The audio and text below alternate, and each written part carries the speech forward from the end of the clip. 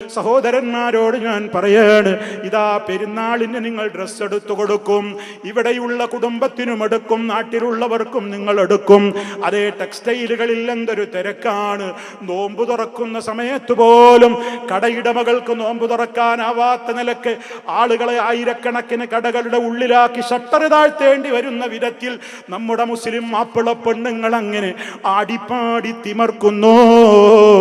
റമദാനിന്റെ അവസാനത്തെ പത്തിന്റെ പകലുകളിൽ അവർ ടെക്സ്റ്റൈൽസുകളിലാണ്, അവർ കടകളിലാണ്, അവർ അങ്ങാടികളിലാണ്, അവർ നാടോടുകയാണ്. പ്രിയപ്പെട്ടവരെ, ഒന്ന് നിയന്ത്രിച്ചുകൂടെ?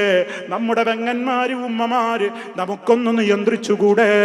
അവർക്ക് ഡ്രസ്സ് ഉടുത്തു കൊടുക്കുമ്പോ അള്ളാഹ്ക്ക് കോപമുള്ള വസ്ത്രം ഉടുത്തു കൊടുക്കല്ലേ. അത് ഭാര്യയുടെ ഇഷ്ടമല്ലേ, പെങ്ങളുടെ ഇഷ്ടമല്ലേ എന്നൊന്നും പറയല്ലേ. കുല്ലുക്കും റായിൻ, നിങ്ങൾ ഓരോരുത്തരും ബാധ്യതയുള്ളവരാണ്.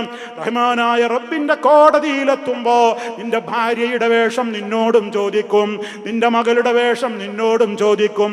നിന്റെ ഉത്തരവാദിത്തത്തിൽപ്പെട്ട ആരൊക്കെയുണ്ടോ?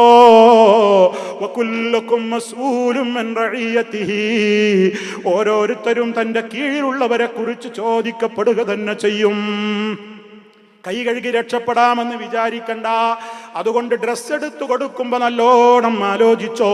മോളെങ്ങനെയാ പുറത്തു പോകുന്നത്? ഏത് ഡ്രസ്സാ മോൾ ഉടുക്കുന്നത്? ബാപ്പയായാ പോരാ, ബാപ്പാക്ക് ഉത്തരവാദിത്തമുണ്ട്. പ്രവാസ ലോകത്ത് നിന്ന് അതേ ചോരനീരാക്കി അധ്വാനിച്ച് ഡ്രാഫ്റ്റും പണവും അയക്കല് മാത്രമല്ല നമ്മുടെ ഡ്യൂട്ടി. അങ്ങനെ പണം വാരുവാനുള്ള ATM മെഷീനുകളായി നമ്മുടെ പ്രവാസികളെ നിങ്ങൾ മാറരുത്. ഇതിനൊക്കെ കണക്ക് തീർക്കേണ്ട ഒരു ലോകം വരുമ്പോ ഇതേ മോള്, ഇതേ ഭാര്യ, ഇതേ പെണ്ണ് നിന്നെ നോക്കിയിട്ട് പരലോകത്ത് പറയും, എന്നോട് പഠിപ്പിക്കേണ്ടത് പഠിപ്പിക്കാതെ, എനിക്ക് തസ്കിയത്ത് തരേണ്ട കാലത്ത് എനിക്ക് തസ്കിയത്ത് തരാതെ എന്നെ വിട്ടേച്ച ബാപ്പയാണിത്. ഒന്നിങ്ങ് കാണിച്ചതാ അല്ലാ. നജഅൽഹുമാ, ഞാൻ അവരെ ആക്കട്ടെ തഹ്ത അഖ്ദാമിനാ, ഞങ്ങളുടെ കാലിന്റെ കീഴെ അവരുടെ നെഞ്ചത്ത് കയറിയിട്ട് ഞങ്ങളൊന്ന് ചവിട്ടട്ടെ. അതേ, മനുഷ്യരെല്ലാം അന്നങ്ങനെ കൊതിക്കുന്ന ദിവസമാണ്.